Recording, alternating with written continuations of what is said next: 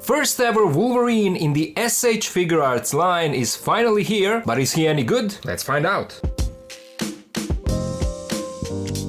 Hello and welcome back to the channel. In this video we're gonna take a look at the S.H.Figuarts Wolverine from Deadpool and Wolverine movie. I love the movie, I've seen it in theaters a couple of times. The story was nothing special, but it was fun and we finally got to see these two guys together on the big screen. Now, as soon as I saw that Tamashii Nations announced this guy, I had to get him. Even though I am aware that this look is not 100% accurate to what we saw in the movie, but I don't mind it. I wanted to have him in my collection. Technically, he was released at the end of 2024, but because of the holidays, it took time for the package to arrive, and now I got it. I skipped on the new Deadpool figure because I already have the previous one from the second movie. It came with more accessories, and so I thought that I don't need another one. Okay, before we take a look at the figure, first a quick look at the packaging. It's a standard smaller S.H.Figuarts box with window in front showing the figure and some of the accessories. We see a nice render of Wolverine, and this is not the figure. Marvel Studios, Deadpool and Wolverine, Tamashii Nations BANDAI logos, Tamashii Nations quality sticker. On the window it says S.H.Figuarts Wolverine from Deadpool and Wolverine movie. Side of the box shows the figure. Back of the box has more promo shots and legalese. Other side says Wolverine from Deadpool and Wolverine and has this little Wolverine badge. Top of the box shows the same. More information on the bottom alongside a promo shot of the figure. But now,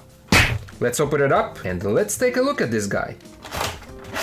Here is our MCU Wolverine out of the box. I've heard people online complaining about proportions and specifically the head being too small for the body. And I can see that, I agree, the head should be a bit bigger. I still don't see it as a huge issue, it doesn't bother me, especially when I pose the figure. Other thing is the costume accuracy. He never looked like this in the movie. He had sleeves while he wasn't wearing the mask, and he was sleeveless when he did wear the mask. So do I see Bandai making another more accurate version down the line? I sure do. They were probably designing this figure according to the concept design for the movie. But if you can go over these few mentioned issues, I think that this is a really good figure. Do I think that it's the best Wolverine figure? No. No, in my collection, that number 1 place belongs to the CT Toys Wolverine. Either one, brown suit or tiger stripe. Those two for me are 1A and 1B. Check out those reviews if you haven't, links are in the description. But as I said, this is still a great figure. It is too tall for Wolverine, but that's how Hugh Jackman is in his movies. Now in terms of the overall feel of the figure, it is sturdy, there is no loose joints, so everything is good. Taking a closer look at the details, we're gonna start off with the default head. In terms of sculpted details and paint, it looks really good. The visible part of the face does look like the actor. Lips are nicely done, and so is the beard. Mask looks good, and the white eyes are placed correctly. Initially, when I first saw promo images for this guy, I was afraid that the eyes are sitting too high on the head, but I'm glad to see that that's not the case. The rest of the suit also looks good. The overall design reminds on that iconic classic Wolverine look, but they made modifications so that it looks more realistic, more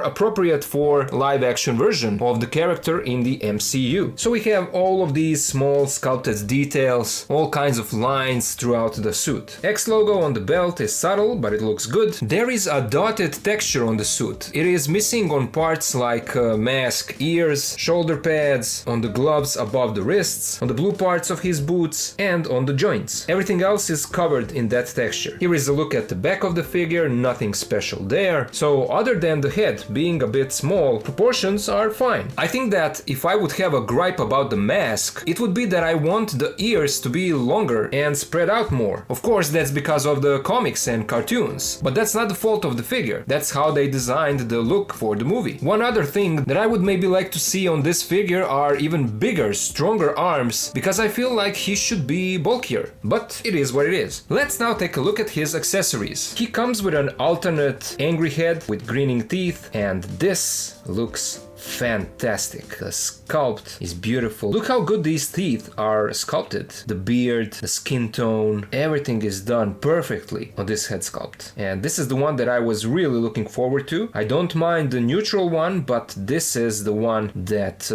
I really wanted, because these are action figures and we want our figures to look like they are posed in action, you know? So it's good that we got this. Unfortunately, this is the only alternate head that we got. We didn't get an unmasked Hugh Jackman Logan head. I don't know why. Is it some kind of rights issue? Same as what happened with Andrew Garfield for his Spidey figure, but Hasbro included an unmasked head in their release for this version of the character, so I don't know why Tamashii Nations couldn't do the same. That is unfortunate, and I'm sure there will be a lot of customizers out there who will make their own version and will be able to purchase it from them, but again, it wouldn't surprise me if down the line Bandai decides to make like a battle damage version that will come with sleeveless arms and an unmasked Logan head. But as far as this head goes, this is beautiful. And to switch out the head, we simply remove this one. It's fairly easy. We pop the other one on, and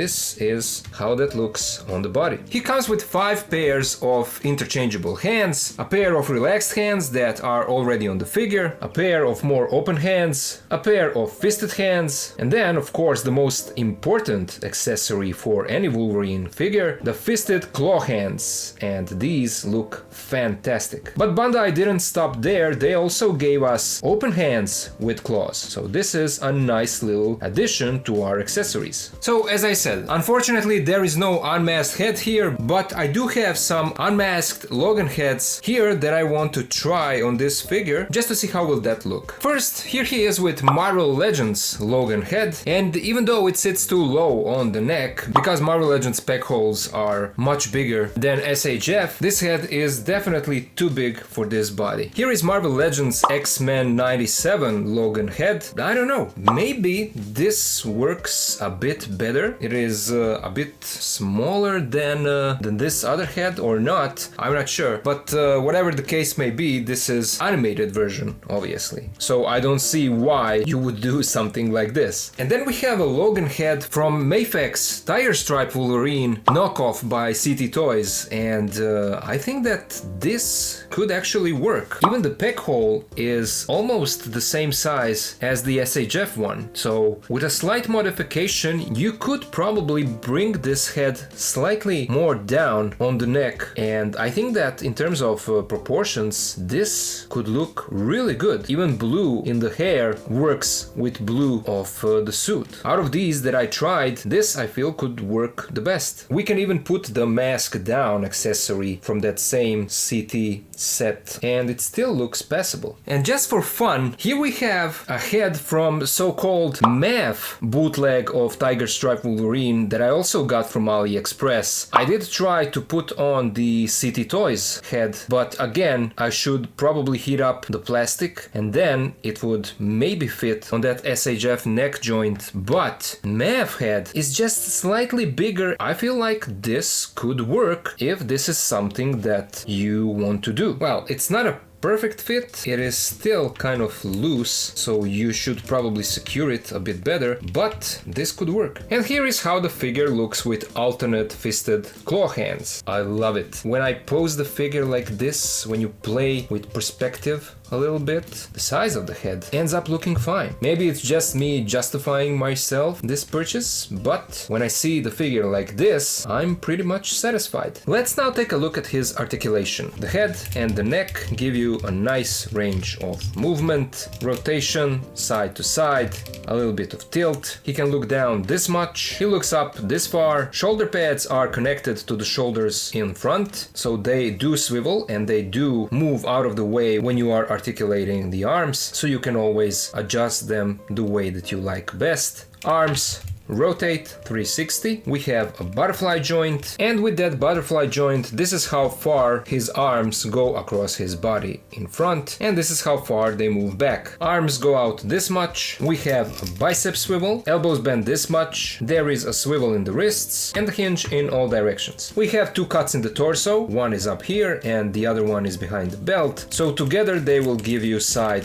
to side rotation, a generous tilt. He crunches forward this much, and this I feel like could be better, and then he bends back only this much. Torso articulation could definitely be better. This guy doesn't have drop down joints, but he does have a thigh swivel. Legs move out this much, they kick forward. Back we have double jointed knees, swivel in the ankles. Feet move forward only this much, back this much. We have a nice toe joint and a nice ankle pivot. So in terms of articulation, torso should be better and the range of feet moving forward should definitely be better. But overall, the articulation is good enough. Let's now compare this guy to some other figures. First, here he is with the S.H.Figuarts Deadpool. This is the original SHF Deadpool from the second movie. The suit is definitely darker than the bright one that we saw in Deadpool and Wolverine, but it's the same body with some slight changes to the costume. In terms of proportions, the height and everything, articulation, it's the same figure. So I didn't want to buy another one because I have this one and I'm pretty much satisfied with this. So here is how the two scale together and I feel like this works perfectly. Here he is with the S.H.Figuarts Mark 7 Iron Man and Captain America. Here he is with Marvel Legends movie Deadpool and Logan, and while I think that this Deadpool could work with this guy, this Logan is definitely too big, too tall. Here is how he scales with the original Mafex X-Force Wolverine and Mafex Gambit. Here is how he scales with Marvel Legends X-Men 97 Wolverine and Cyclops. And then to compare him with some bootlegs, here he is with so-called MAF copy of Mafex Deadpool and Tiger Stripe Wolverine. And then here he is with CT Toys knockoffs of Mafex Brown Suit and Tiger Stripe Wolverine. Here is how he scales with AliExpress knockoffs of Amazing Yamaguchi Deadpool 2.0 and Wolverine, and then with knockoffs of Amazing Yamaguchi Black Panther and Moon Knight, City Toys Agent Venom and Agent Anti-Venom, City Toys knockoff of 185 Mafex Spider-Man, and AliExpress Amazing Yamaguchi Winter Soldier knockoff that is not made by City Toys. So there you go, that was my review of the S.H.Figuarts Wolverine from Deadpool and Wolverine movie. Do I recommend this figure? I do have my issues with it, but I would still recommend it. I think that it's a good looking figure. The articulation is nice, it's a standard for the line. I don't even mind the size of the two heads. My biggest gripe is that they didn't include the unmasked Hugh Jackman head. Marvel Legends did it, so why couldn't Bandai do it? It's unfortunate that we didn't get that. But as I said, it wouldn't surprise me if in a few months they announce another version without sleeves and with that unmasked head, like a battle damage version. Then again, they never gave us an unmasked head for Deadpool. Did Hasbro did that? I don't think so, but they did for Logan, that I'm sure. So who knows, we'll see what the future holds. All in all, even with all the minuses that I've talked about, I am still satisfied with this release. It's fun for posing and I'll enjoy making a posing video for this Wolverine. But all of these were just my thoughts and now I would love to hear yours. What do you guys think about this figure? Do you plan on getting it? Do you prefer Marvel Legends over this one? Do you think that Bandai will make another more accurate version? What is your favorite Wolverine figure from your collection? Let me know all of it down in the comments. I got this guy from Ami and at the moment it's sold out, but in case you want to get it, check some other Japan online stores or BBTS for you guys in the US. A huge shout out goes to my Patreon supporters for helping me to keep making these videos. If anyone else can join and help, please do so because everything earned goes into the channel's content. Patreon link is also in the description. I've opened a super thanks option and I plan on activating channel membership as well, so there will be a few different options for those who want to support the channel in that way. A lot of you guys want me to review and pose all kinds of figures, so these are some of the ways you can help me to make that happen. If not, that's okay, you are still helping simply by watching and sharing my videos, so thank you all for watching, thank you for being here with me, and I'll see ya in the next video.